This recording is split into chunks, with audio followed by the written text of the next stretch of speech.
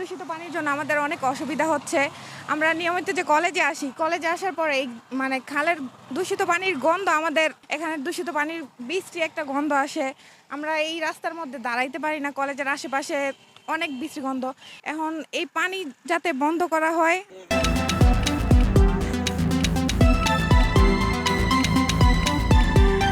এই খালের পানির জন্য আমরা অনেক কষ্টে আছি। এদিক দিয়ে আমরা কোনো চলাচল করতে পারি না। বিভিন্ন কলকারখানার এই ময়লার জন্য এই পানিও দূষিত হয়েছে।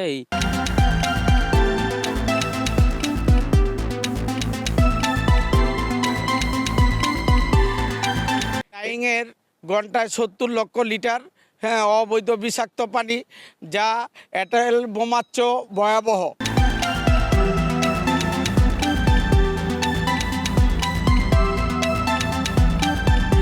আমরা এই খালের পুরোটাই বিপর্যস্ত। হ্যাঁ, আমরা এখন আর ব্যবহার করতে পারি না। এই খালের পানির কারণে আমাদের বিভিন্ন ধরনের ছেলে সন্তান এবং আমরা নিজেরাও বিভিন্ন পানিবাহিত রোগ দূষণে আমরা আক্রান্ত, এবং আমাদের গাছগুলোর মধ্যে ফল হয় না।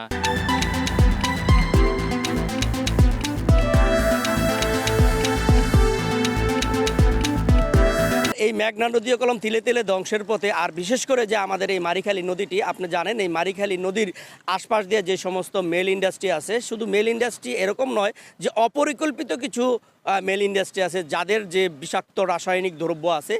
বান্ডেল থাকলে প্রতি সেনমানিতে টাকা বাঁচবে। বিকাশ সেনমানি বান্ডেল কিনে জিতুন প্রতি লেনদেনে।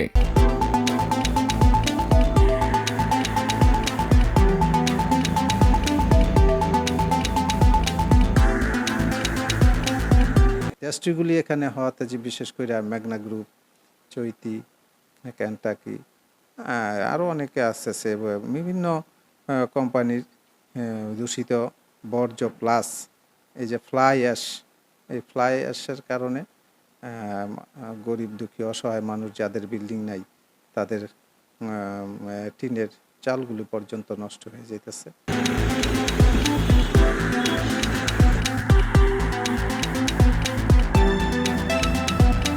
সোনারগাঁও উপজেলায় আমরা বেশ কিছু তরল পদার্থ সৃষ্টিকারী যে প্রতিষ্ঠানগুলো আছে, এই প্রতিষ্ঠানগুলোর বিরুদ্ধে আমাদের নিয়মিত মনিটরিং করা হয়, এবং আমরা আমাদের এনফোর্সমেন্ট শাখাকে এই বিষয়ে অবহিত করে থাকি নিয়মিত।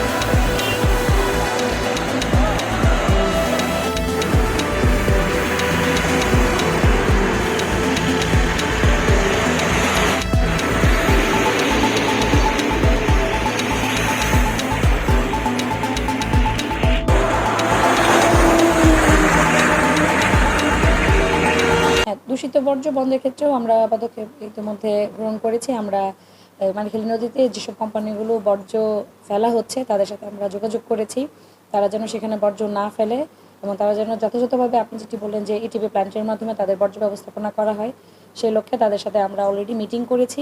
ভবিষ্যতে আমাদের এই কার্যক্রম অব্যাহত থাকবে।